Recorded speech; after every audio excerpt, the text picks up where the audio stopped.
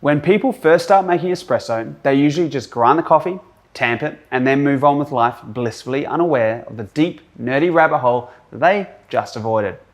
Then one day they see someone performing some weird ritual on the coffee grounds and they think, they look like they know what they're doing. Maybe that's what I've been missing this whole time. And just like that, they have been sucked into the black hole that we call distribution.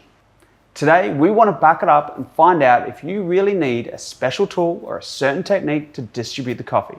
Let's see what we can find out right after this.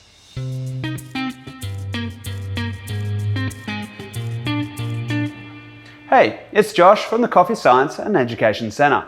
Today's video is a part of a series where we answer the most common questions we get about the science and the technique of espresso coffee. Last time, we covered questions about tamping, but today we're going to take a close look at what baristas call distribution. Distribution is the process of preparing the ground coffee before we can press it using a tamp. The thinking here is that if coffee isn't evenly distributed throughout the basket, then the water will work its way through the less dense parts, causing uneven extraction from that bed of coffee. In simple terms, water is lazy and it will always look for the path of least resistance through the coffee. Evenly distributing the grounds is one of those ways that we try to make sure the water can't just take the easy option out. Now, there are a crazy number of tools and techniques to help baristas distribute coffee. So we wanted to see if we could find any evidence that one or more of these techniques made a more significant difference than another.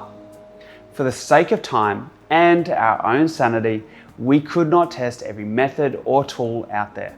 Instead, we limited our test to the techniques and tools most popular and used in today's cafes. These methods are collapsing the coffee bed vertically, like by tapping the handle on the forks of the grinder or the edge of the bench. Tapping the side of the basket with your palm. We tested both a short version and a longer version of this method. The stockfleth technique, a method that involves shifting the ground coffee in a circular motion between your first finger and your thumb. The OCD distribution tool.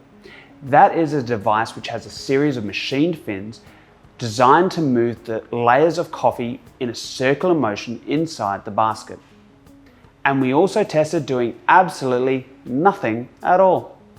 Now, before we get carried away, I should clarify that these tests are not the final word on what's best. There are hundreds of variables that go into making coffee that we cannot account for, not to mention different taste preferences, so your results may vary. Also, things are about to get really nerdy really quick, so hang in there, and seriously, are you ready for this? We got one of our chemical engineers, Johnny, to set up a series of different tests which include measuring the differences in the espresso extraction time and also the TDS. TDS means total dissolved solids, and that is inside the liquid espresso. This is essentially a measure of the overall strength of the espresso. We do this by taking a small sample and measuring it with a device known as a refractometer. Again, the purpose of choosing these measurements was to see if a particular distribution technique changed how the coffee extracted or the consistency of the shots over time. Of course, we also tasted the coffee, but the results of our taste tests were inconclusive, so we won't muddy the waters by commenting on taste this time around. Let's start with the extraction time. The simple palm tap, the stockfleth, the OCD, and undistributed method all extracted in very similar ranges of time. The palm tap and the stockfleth methods were ever so slightly more consistent than the OCD, or the undistributed method, but there were basically nothing in the split of the results. What was more interesting was that both the vertical collapse and the longer palm tapping technique took noticeably longer to pour in that extraction than the other methods used. Our best guess is that the most aggressive downward force is causing some of those finer particles to move downwards and choke the flow of water just a little. Now, even though the water is taking longer to flow through the coffee, the vertical collapse and the longer palm tapping technique both extracted less than the undistributed method. That is to say, the coffee made using these methods was ever so slightly weaker than the control. Now at first glance, that seems like the opposite of what should happen. Most people would naturally assume that a longer extraction time would result in more being extracted from the coffee. However, when we use these techniques, the restricted flow seems to have limited the overall extraction from the coffee. Another point to note here is that while the OCD didn't really change the extraction time, the shots made using this device also had a slightly lower TDS than the undistributed grounds. Now this seems like a little bit of an anomaly, but it does line up with the previous research done by the team at Socratic Coffee. They also saw a consistently lower extraction yield when using the OCD while keeping the other variables the same. We'll link to their research in the description if you want to look into this a little bit further. While we don't know why the shots made with the OCD extracted less, I will point out that a lower TDS is not necessarily a bad thing for flavor, as not everything we extract from coffee has a positive impact on the final result. So while the chart seems to show that these shots are worse, taste is a far more complex thing than these numbers on their own would indicate. Before we wrap up this section and try to pull some practical conclusions out of all of this, I'll make a quick note on consistency. While we really didn't see a big difference between the average extraction between distributed grounds and undistributed grounds, the undistributed method definitely had less consistency from shot to shot.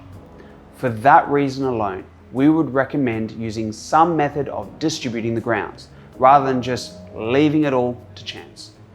It is also worth noting that we used a high-end commercial espresso grinder, the Mythos one, for these tests. This produces even and less clumpy grounds than those smaller domestic grinders, so this may have an impact on how well the undistributed grounds did perform in these tests. So what do we do with all of this information?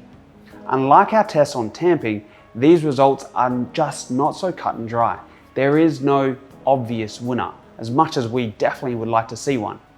The conclusion we came to is this: specific distribution techniques do not actually make as much of a difference as we think. It matters more that you pick a technique and use it consistently in your workflow. If you're going to start from scratch, we recommend using the simplest method, which is that easy palm tapping technique. We recommend it because it's quick, doesn't cost anything, and it is hygienic as possible because you don't need to interact with that coffee any more than necessary. And with that in mind, here's a process we teach our students in our classes. First, we grind the coffee into the basket directly, settling it just a little before we pull the handle from the grinder to ensure we keep our mess on that bench to a minimum. You gotta keep your benches clean. Secondly, we weigh our endos to ensure that the correct amount of coffee is being used with our desired recipe. Third, using our preferred quick and efficient method of distribution, it is to use the heel of our palm and strike gently against the side of the basket to settle and level the coffee grind.